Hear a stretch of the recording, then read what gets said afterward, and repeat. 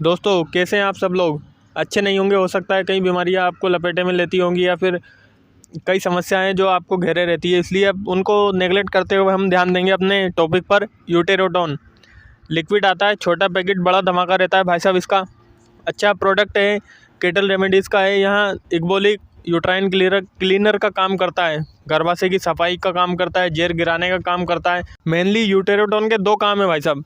पहला है पशु की जेर को निकालना, अगर जेर निकल रही है तो फिर दूसरा काम है बच्चेदानी की सफाई करना और पुनः स्थिति में लाने के लिए इसका उपयोग किया जाता है। बहुत अच्छा रिजल्ट है। इसकी प्राइस भी बताएंगे हम, क्या डोज है इसकी, डोज भी बताएंगे और पैकिंग कितनी पैकिंग आती है। इसका उपयोग गाय भैंस भेड़ बकरियों में भी कर सकते हैं हम, कोई दिक्कत नहीं, घोड़ी में भी कर सकते हैं। बहुत शानदार रिजल्ट मिलता है इसका। पहले हम थोड़ी बेसिक जानकारी जान लेते हैं कि जेर क्यों नहीं गिरती है पशु की। ब्याने से 6 से 8-10 घंटे बाद हमें टेंशन सी बनी रहती है, यार पशु जेर क्यों नहीं गिरा रहा है, क्या समस्या है। तो उसमें हमें ध्यान देना पड़ेगा, हमने पहले क्या डाइट दी थी उसको, या पशु को किसी प्रकार की दिक्कत तो नहीं है, अबॉर्शन तो नहीं हुआ। इन चीज़ों में हमें थोड़ा ध्यान देना पड़ेगा। और कुछ कारण भी हो सकते हैं, पोषक तत्वों की कमी, जैसे कैल्शियम फास्फोरस वगैरह की इनकी कमी हो गई हो, विटामिन की कमी हो गई हो, इस कारण भी पशु जेर नहीं गिराता है कभी कभी। और अबॉर्शन के टाइम में गर्भपात हो गया है, पशु ने बच्चा फेंक दिया, उस समय क्या है जेर थोड़ी अच्छी रहती है, पूरी तरह से पक नहीं पाती, तो उस समय भी वो बाहर नहीं आ पाती ठीक से। उसके बाद गर्भाशय की दीवारों में संकुचन की कमी हो जाती है। कॉन्ट्रैक्शन वर्ड आपके दिमाग में आया है तो ये क्या है, इसमें थोड़ी लहरें चलती है गर्भाशय के अंदर,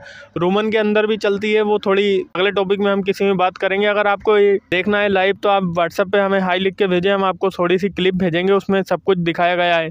उस क्लिप में थोड़ी ब्लीडिंग वगैरह हो रखी है, इसलिए यूट्यूब हमें अनुमति नहीं देता ब्लीडिंग सीन दिखाने की, इसलिए हम व्हाट्सएप पे आपको भेज देंगे। संकुचन के बारे में सब कुछ बताएंगे, कंट्रैक्शन जिसे कहते हैं उसके बारे में। तो ये कारण रहते हैं भाई साहब जेर ना गिरने के। और पशु की टाइम से जेर नहीं गिरती तो कई अन्य बीमारियां खड़ी हो जाती है, जैसे मेट्राइटिस, पशु की बच्चेदानी में सूजन आ जाना, एंडोमेट्राइटिस जो बच्चेदानी के अंदर की दीवार है उसमें सूजन आ जाना, पायोमेट्रा जिसमें बच्चेदानी में मवाद भर जाना पूरी तरह से, और इसके साथ साथ प्रोलेप्स की कंडीशन आती है, ठीक तरह से सफाई नहीं हुई है तो पशु इधर से जोर लगाता है और साथ ही प्रोलेप्स बाहर आने का डर रहता है हमें, यूट्रस पूरा बाहर आ जाता है, उसमें दिक्कत रहती है। इसलिए इनका उपयोग करें, या फिर यूटेरोटोन से ही मतलब नहीं है, कोई सी भी इक्बोलिक हो, आप इन्वोलोन हो, यूट्रीवाइब हो, इनका उपयोग आप ले सकते हैं। हिमरोफ है, बहुत शानदार रिजल्ट है भाई साहब इनका भी, उन पे भी आप कहेंगे तो वीडियो बना देंगे। और क्या है, एक एनिस्ट्रस, आपका पशु हीट में भी नहीं आएगा अगर अच्छी तरह से सफाई नहीं होगी।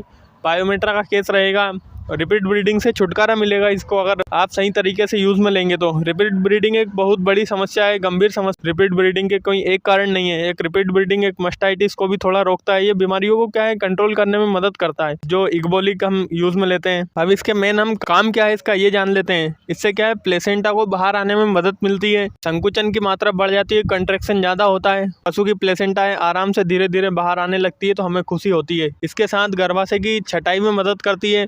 लोचिया जो डिस्चार्ज होता है वो होना भी बहुत जरूरी है, छटाई करना, मल गिराना पशु का। ब्याने से तो 10-12 दिन तक, 15 दिन तक, 14 दिन तक मल गिराता रहता है पशु, तो वो आपके लिए शुभ संकेत है। उसकी क्या है, बच्चेदानी की सफाई होती है। इन्फेक्शन है, इन्फेक्शन को रोकने में मदद करता है, किसी प्रकार का इन्फेक्शन हो जाता है तो उसको रोकने में मदद करता है। साथ ही साथ सूजन रहती है, सूजन आ जाती है गर्भाशय की दीवारों में या वेजाइना में, इसको कम करता है ये। और इसके साथ गर्भाशय की पुनः स्थिति में जल्दी लाता है, उसी स्थिति में जो पहले वाली स्थिति उसको जल्दी बरकरार रखने के लिए जल्दी कार्य करता है ये। जो यूटेरोटोन है इसकी कई कॉपियां लुल्लू पुंजू कंपनी है, छोटी मोटी ने बहुत सारी कॉपी निकाल दी है इसकी, हमें समझ में नहीं आता, बिल्कुल दोनों सेम रहता है, थोड़ा बहुत डिफरेंस हमें करना पड़ेगा, इसलिए आप कहीं लपेटे में ना आ जाए, इसलिए ध्यान रखें, थोड़ा इसका स्ट्रक्चर देखें, ध्यान से देखें भाई साहब। इसमें हम कंटेंट की बात करें, क्या क्या बहुत कुछ अटरम सटरम इसमें आयुर्वेदिक चीज़ें मिली रहती है, बहुत बढ़िया है ये चीज़ें। इसमें कंपोजिशन की बात करें तो ईच ml प्रति 100 ml में इसकी मात्रा ये दे रखी है। इसमें कुछ आयुर्वेदिक चीज़ें मिलाई गई है, जैसे सल्फरनी है, परिस्पर्णी है, बांस की पत्ती है। बांस की पत्तियों के आपने देसी फॉर्मूले कहीं देखे होंगे, जेर गिराने में मदद करती है। उसके बाद कंडाकड़ी है, एलोवेरा है, शुद्ध कशिश जिसे फेरस सल्फेट भी कहते हैं हम, कॉपर सल्फेट, मयूरक कहते हैं वो कॉपर सल्फेट है। और आता है एक सुहागा। और इसमें कई कंटेंट मिले रहते हैं, इनमें ना उलझते हुए आप भी उलझ जाएंगे, हम भी उलझ जाएंगे और वीडियो फिर पता नहीं कहाँ चला जाएगा, कौन सी दिशा में। इसलिए थोड़ा थोड़ा अपने को नॉलेज लेना है, बेसिक नॉलेज। और इसकी डोज की बात करें हम तो बड़े पशु गाय भैंस में इसमें अगर जेर गिराने के लिए हम यूज ले रहे हैं तो 200 ml आपको पशु के ब्याने से आधा 1 घंटे बाद देनी है। फिर अगर जेर नहीं गिराना है तो 5 से 6 घंटे बाद फिर आप 100 ml फिर रिपीट कर सकते हैं। फिर अगले दिन आपको 100 ml, फिर अगले दिन 100 ml 4-5 दिन तक आपको कंटिन्यू देनी है। अगर जेर गिर गई है उसके बाद भी हम इसे यूज ले सकते हैं, गाय भैंस में, भेड़ बकरियों में, घोड़ी में भी ले सकते हैं। बहुत तगड़ा रिजल्ट है इसका। अब भेड़ बकरियों में बात करें डोज की, भेड़ बकरियों में आपको लेनी है 50 ml। जेर गिर गई है तो, अगर जेर नहीं गिरी है तो 50 में थोड़ी बहुत मात्रा बढ़ा सकते हैं हम। फिर 6 घंटे के बाद फिर रिपीट करना है इसको, जेर नहीं गिर रही है तो। और फिर पर डे के हिसाब से हमें 50-50 ml देना है। इसकी प्रेजेंटेशन की बात करें तो 225 ml की पैकिंग में आता है, वो 95 रुपये उसकी MRP रहती है। इसके बाद एक 450 ml में आता है, उसकी 184 रुपये MRP रहती है। फिर 900 ml में भी आता है, बड़े पशुओं के लिए 900 ml में ले सकते हैं, उसकी 294 MRP है। और आप इसका उपयोग, अगर पशु जेर नहीं गिरा रहा, आपको पता है कि हाथ से निकालना पड़ेगा, फिर भी उपयोग कर सकते हैं, क्योंकि फिर हाथ से निकालने में आसानी रहती है। हाथ से निकालने में टाइम नहीं लगता और फिर कोई अदर इन्फेक्शन का डर नहीं रहता हमें। फिर भी इसका उपयोग लेना है, जेर निकलने के बाद भी लेना है भाई साहब इसका उपयोग।